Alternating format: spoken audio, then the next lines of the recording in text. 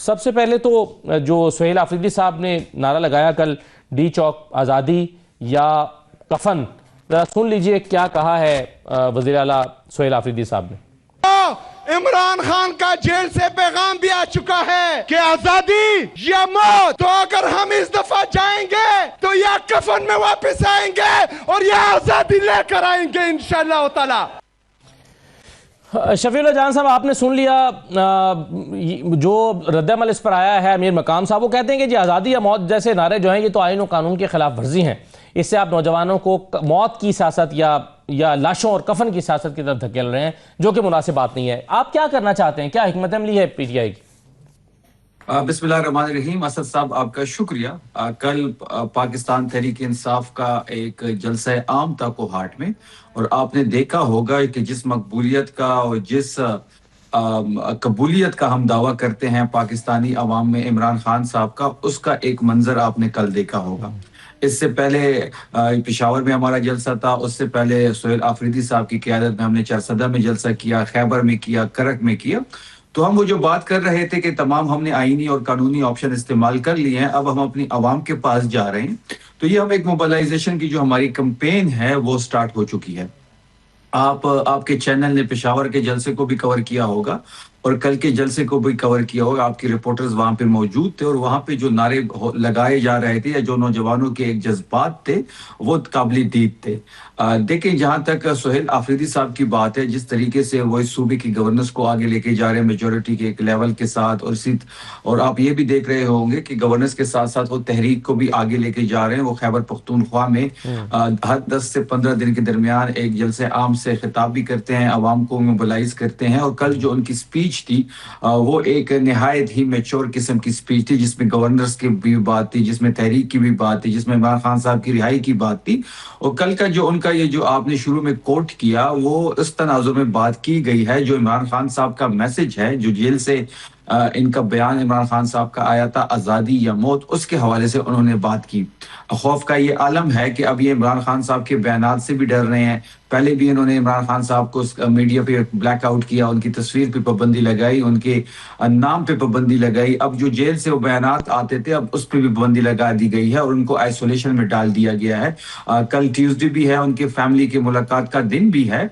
جو ہماری عدالتی احکامات ہمارے پاس ہے، جو عدالتی ایک حکم ہے کہ عمران خان صاحب ٹیوزڈے کو اپنی فیملی سے ملیں گے، وکلا سے ملیں گے، اور تھرسڈے کو اپنی پولیٹیکل لیڈرشپ سے ملیں گے، کیونکہ اس وقت وہ پاکستان کی مقبول ترین لیڈر ہے۔ پاکستان تحریک انصاف سب سے بڑی پولیٹیکل پارٹی ہے۔ تو کل انشاءاللہ ان کی بہنیں جائیں گی اور ان کے وکلا جائیں گے، جن کی لسٹ بھی آ چکی ہے، وہ اپنے عمران خان صاحب سے ملاقات کی۔ جو بنیادی میرا سوال تھا اس میں آپ نے کہا کہ جی عمران خان صاحب کے بیان کے تناظر میں انہوں نے یہ کہا ہے، جو سٹیٹمنٹ دی ہے آزادی یا موت کفن والی، لیکن جو صحافیوں سے ملاقاتیں اسلام آباد میں گزشتہ دنوں میں انہوں نے کی جب وہ یہاں پر آئے تھے، ان سے اس وقت بھی سوال کیا گیا تھا، ان سے پوچھا گیا تھا کہ آپ اگر 26 نومبر پچھلے سال ہوا تھا اس طرح کا کوئی واقعہ ہوتا تو کیا کریں گے؟ آپ کو بھی تو جانا پڑے گا، جیسے پچھلے چیف منسٹر اٹھ کے چلے گئے تھے۔ تو انہوں نے کہا کہ نہیں، ہم اٹھ کر نہیں جائیں گے، موت کو قبول کریں گے، اٹھ کر نہیں جائیں گے۔ تو یہ ایسا لگتا ہے کہ یہ صرف نعرہ یا جلسے میں عوام کی ایک ہوتا ہے کہ جلسے کا ایک ماحول ہوتا ہے، عوام کی ضرورت کو پورا کرنے کے لیے یا نعرے لگوانے کے لیے اس طرح کی سٹیٹمنٹ دی جاتی ہے، یہ تو ایسا لگتا ہے کہ آپ کی پالیسی ہے۔ دیکھیں اسد صاحب، جو پچھلے دنوں سہیل آفریدی صاحب نے کوئی لگ بھگ 250 جرنلسٹ سے ملاقات کی تھی، یہ بھی اپنی مثال آپ ہے۔ صوبے کا کوئی دوسرا وزیر اعلیٰ یا پرائم منسٹر کسی 2 صحافیوں سے نہیں مل سکتا، اگر ملتا بھی ہے تو وہ اپنی پسند کے ہوتے ہیں، اور ہم نے اکراس دا بورڈ 200 صحافیوں کی ملاقات کروائی ہے سی ایم سہیل آفریدی صاحب سے۔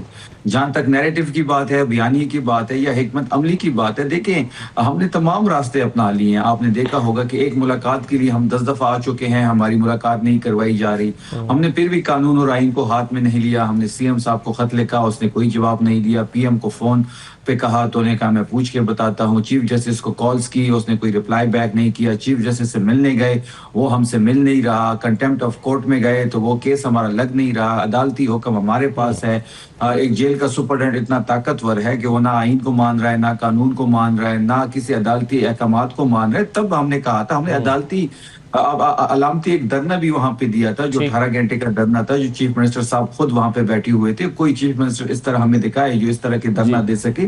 اس کے بعد ہم نے یہ بات کی تھی کہ ہم اپنے عوام کے پاس جائیں گے اور عوام کے پاس اپنا مقدمہ رکھیں گے اور عوام جو فیصلہ کرے گی ہم اس کو من و ان تسلیم کریں گے.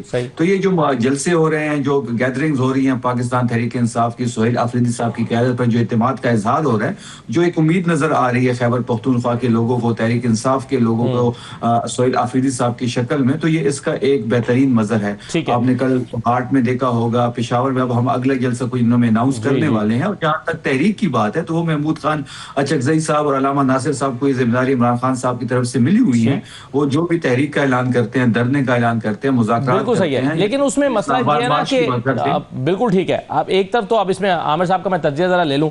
عامر صاحب، ایک طرف تو پی ٹی آئی کی جو خیبر پختونخوا کی لیڈرشپ ہے وہ یہ کہتی ہے نا جی کہ یہ محمود اچکزئی صاحب کو یا علامہ راجہ ناصر صاحب کو اختیار دیا، انہوں نے فیصلہ کرنا ہے، جب کال دیں گے ہم تیار ہیں. لیکن دوسری طرف ڈی چوک کے نعرے بھی لگائے جا رہے ہیں، یعنی لوگوں کی ہوپس بھی بنائی جا رہی ہیں. کل شفیع اللہ صاحب نے اپنی تقریر میں کہا تھا کہ چیف منسٹر صاحب دیکھ لیں، آپ نے عمران خان کو رہا کروانا ہے اور یہ دیکھیں یہ لوگ کھڑے ہیں، یہ آپ سے امیدیں باندھے ہوئے ہیں. تو ٹیمپریچر یا امیدوں کا لیول جو ہے وہ اوپر لے جایا جا رہا ہے لوگوں کا. کال نہ آئی تو پھر لوگ کیا کریں گے؟ دیکھیں، دو طرح سے تحریک ہوتی ہے نا. ایک ہوتا ہے کہ لیڈر فرنٹ سے لیڈ کرتا ہے اور عوام کو پیچھے لگاتا ہے. یہاں پہ یہ لگ رہا ہے کہ عوام کو آگے لگانا اور پیچھے ہم نے لگنا ہے.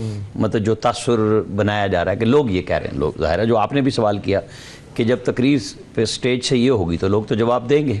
لیکن یہ ان کی سیاسی حکمت عملی ہے، یہ ان کا حق ہے کہ جس طریقے سے مرضی کریں. لیکن جواباً جب ہوتی ہے، جیسے اب یہ نیشنل میڈیا کی بات ہو رہی ہے، تو مجھے بتانا پڑے گا کہ یہ کام عمران خان صاحب کے دور میں مریم نواز کے ساتھ ہوا تھا. وہ نیشنل میڈیا پہ بین تھی، وہ صرف سوشل میڈیا پہ آتی تھی، تقریریں کرتی تھی.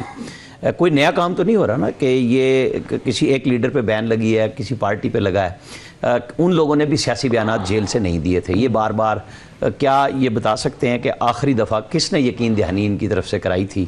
جب ڈاکٹر عظمیٰ ملنے گئی تھی کہ بیانات سیاسی نہیں ہوں گے. سیاسی سے زیادہ وہ اتنا پارا ہائی ہوا کہ D G I S P R کو آ کے پریس کانفرنس کرنی پڑی اور انہوں نے بتایا یہ ایک موقف ہے، ایک یہ ہے کہ ہمیں اپنے لیڈر سے ملنا ہے. کیا ایسی کوئی صورتحال ہو سکتی ہے کہ اگر لیڈر سے نہیں ملنے دیا جا رہا، یا آپ ڈاکٹر صاحبہ کی 29 دن بعد ملاقات ہوئی اور انہوں نے سب سے پہلے سوال صحافیوں نے بھی یہی کیا کہ خان صاحب کی طبیعت کیسی ہے، تو انہوں نے کہا عمران خان بالکل ٹھیک ہے. اور یہ کوئی چوتھی پانچویں دفعہ ایسا ہوا کہ جب بھی گیپ آیا مختلف لوگ مختلف خبریں دیتے ہیں اور ہر دفعہ الحمدللہ یہ بات بہتر آتی ہے سامنے کہ عمران خان ٹھیک ہے.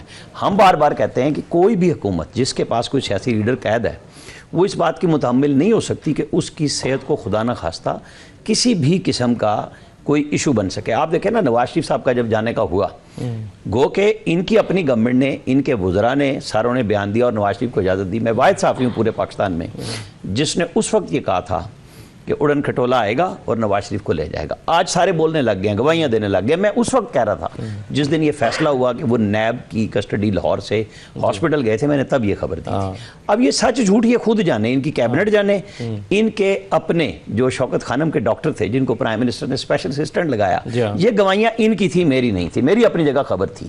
تو آج بھی میں اسی طرح کروں گا کہ انہیں پھر بھی بطور ذمہ دار شفیع جان صاحب کو وزیر اعلیٰ کے طور پہ دیکھیں. گڈھا پور صاحب بھی یہی کہتے تھے کفن باندھ کے جائیں گے. کیا ہوا؟ نہیں ہونا چاہیے. انفارچونیٹ کوئی واقعہ نہیں چاہیے. سیاست ان کا حق ہے، اپنے لیڈر کی رہائی ان کا حق ہے. عامر صاحب بار بار بات کر رہے ہیں نا، وہ کہہ رہے ہیں کہ دیکھیں تمام قانونی راستے میں نے اختیار کر لیے. وزیر اعظم کو بھی خط لکھ لیا، عدالت کا دروازہ بھی کھٹکھٹا لیا، عدالتی آرڈر لے جا کے ڈیالہ جیل کی انتظامیہ کو بھی دکھا دیا، جو قانونی چیف منسٹر پنجاب کو بھی لکھ دیا، جو راستے ہو سکتے تھے وہ سارے اختیار کر لیا. اب بتاؤ میں کیا کروں؟ تو پھر لوگ آگے سے نعرہ لگاتے ہیں. دو چیزیں ہیں نا اس میں.